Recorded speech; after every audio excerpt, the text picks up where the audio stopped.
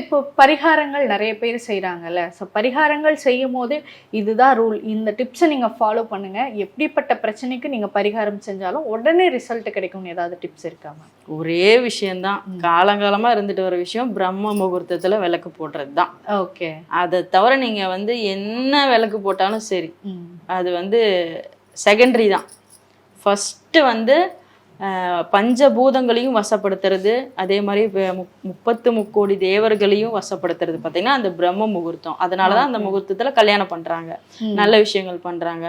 எனக்கு ஒரு விஷயம் வேணும் அப்படின்னு நம்ம கடவுள்கிட்ட கேட்டோம் அப்படின்னா அந்த பிரம்ம முகூர்த்தத்தில் போடக்கூடிய அந்த விளக்கு கண்டிப்பாக உங்களோட பிரார்த்தனையை நிறைவேற்றணும். கொல்லிமலையில் இருக்க எட்டுக்கை அம்மன் கோவிலுக்கும் நான் ஒரு பரிகாரம் சொல்லியிருக்கேன்.